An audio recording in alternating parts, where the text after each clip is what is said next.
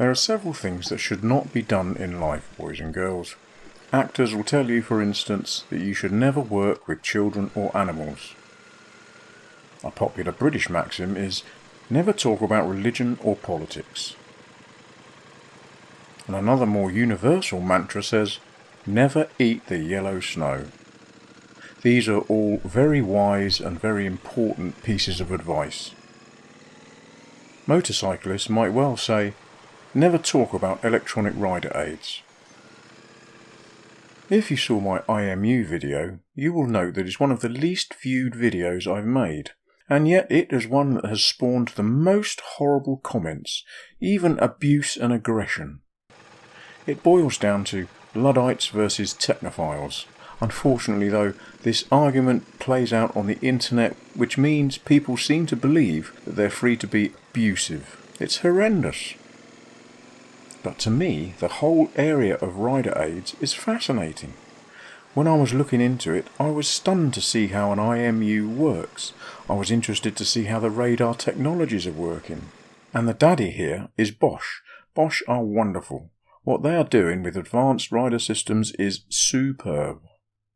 But it does beg the question, is all this technological development a help or a hindrance to motorcycling? Well, let's have an overview.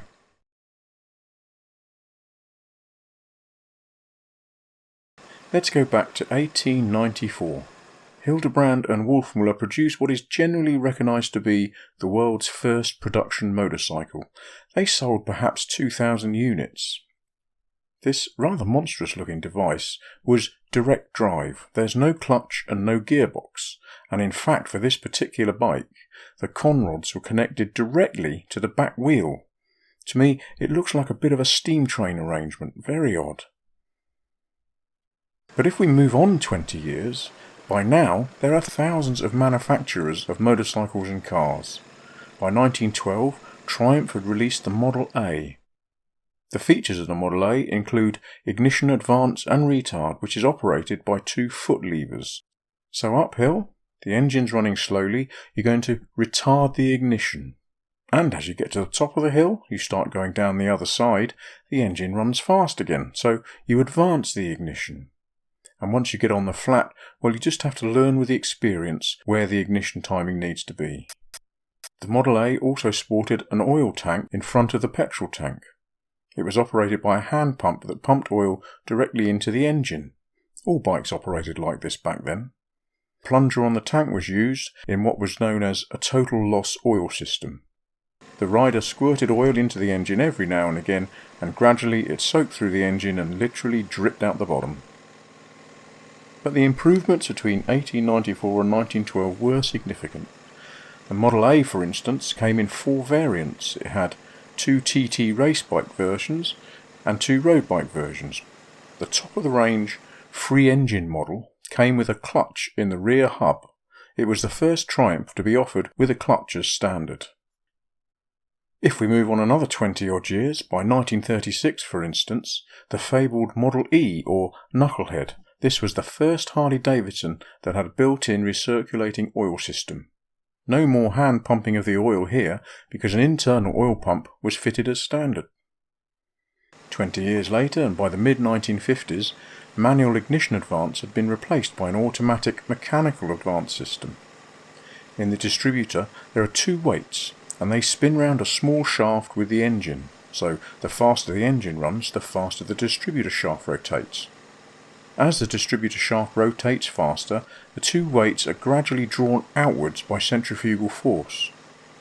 So instead of the rider using pedals to adjust the ignition advance and retard, these weights controlled the ignition advance. So uphill, the engine speed was naturally slower, the weights were closed tight to the spindle. There was 0 ignition advance. But when you reach the top of the hill, you start going down the other side, the engine speed increases, and the weights are drawn outwards by centrifugal force, and you eventually get to maximum ignition advance. And similar improvements were visible across the whole facet of motorcycling. Lights, engine power, engine efficiency, suspension, the frame, the brakes, they're only just the most obvious. Nowadays, of course, we've advanced even further. We have anti-lock brakes as standard. fuel injection, inertial measurement, traction control and cruise control, to name but a few. And for me, all these innovations make motorcycling better. None of these detract from the motorcycling experience, exactly the opposite. Technological improvements also mean you get more value for money. Today, the bikes are better than ever, and they're cheaper, relatively speaking, so are cars. And also, a better motorcycle means more riders are attracted to it. Technological improvements, they actually promote motorcycling. Now, without wishing to be too critical, I have to mention Andy, or the Missenton Flyer, because he often complains about too much tech on his bikes. But I wonder, if he had the choice, what would he get rid of in his Goldwing? Would he get rid of the ABS, or the cruise control, or the fuel injection, or the cornering traction control? No, I don't believe he would get rid of any of it. I think all he really dislikes are the riding modes. But for most of us, we just set the mode and leave it. We never touch it again. Until it rains. In the end, technology is good on all vehicles, especially motorbikes. And for me, it increases the joy of motorcycling, and it certainly stimulates the appeal of motorcycling to the broadest possible audience. Now, what does all this mean for a Triumph Bonneville Speedmaster?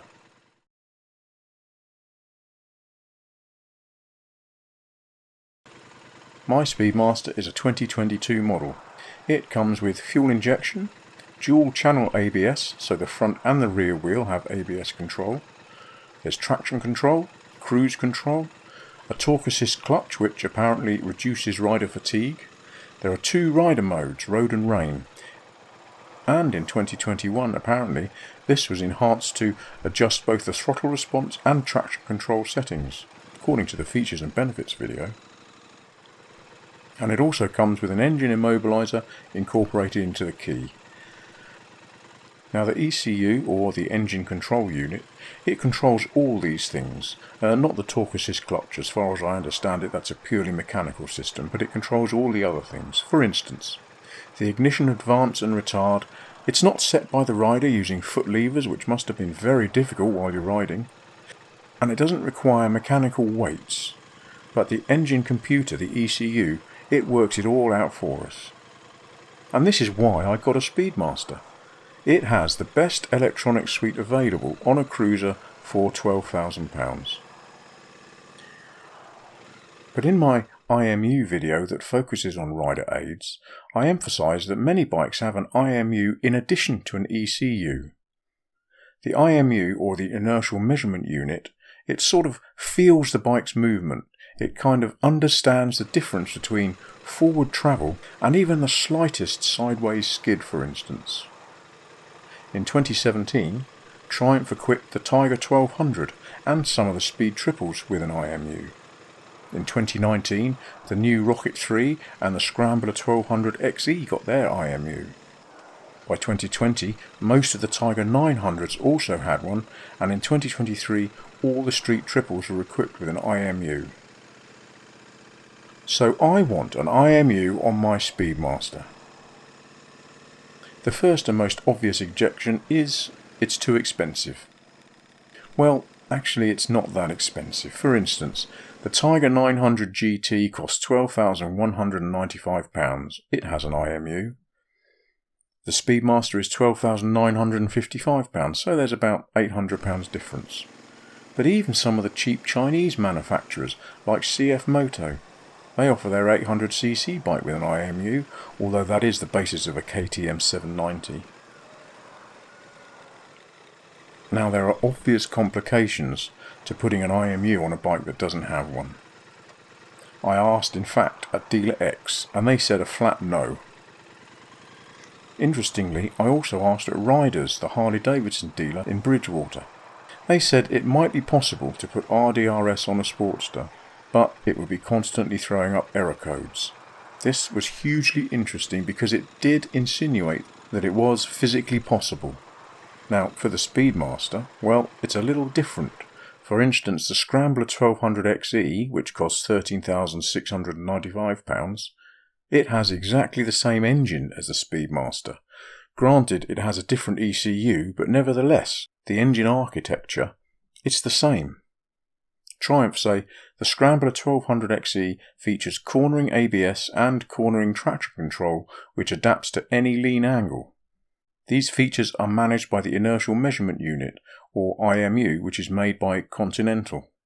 The IMU measures the roll, pitch, yaw and acceleration rates of the bike in order to calculate the lean angle to optimize braking and traction control. I would also like a hill hold control.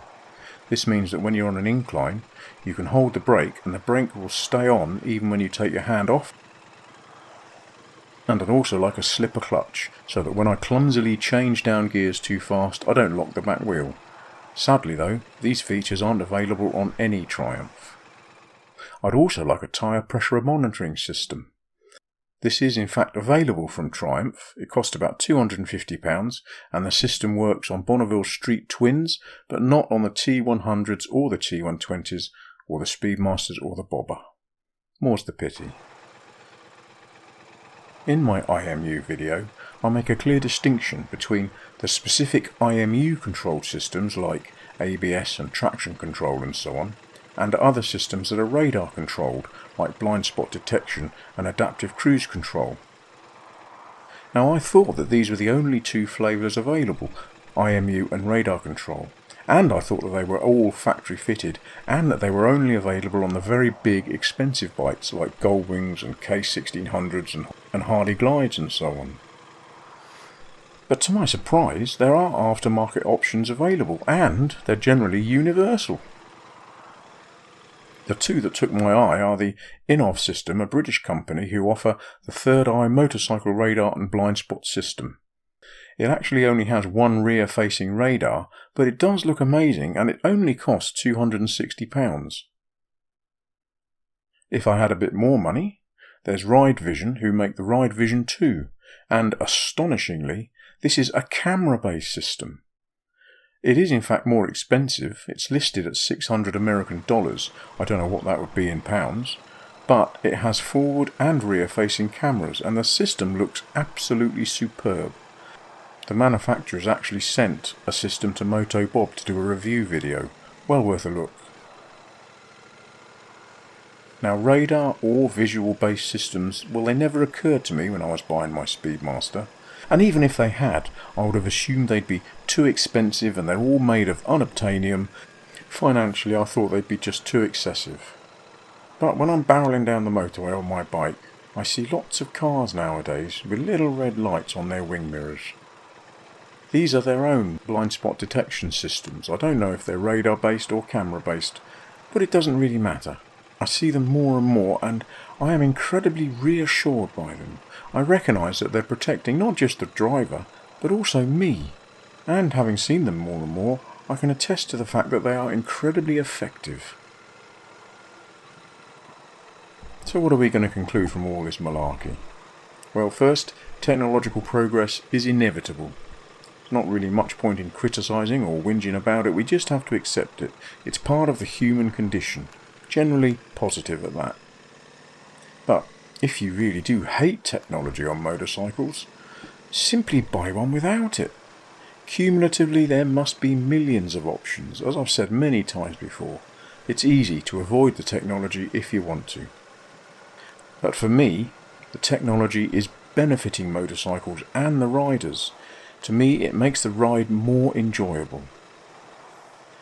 The Bonneville Speedmaster has the minimum amount of technology that I would consider nowadays, so really I think it needs more.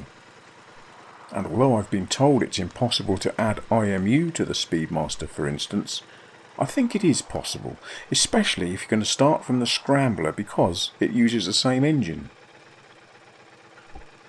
Initially, I had no idea about radar and camera collision warning or blind spot detection systems. But now I see that they're all available aftermarket and they seem to be excellent. In the end, it doesn't much matter. Alas, advanced rider aids are all yet more examples of the urgent upgrades I just can't afford.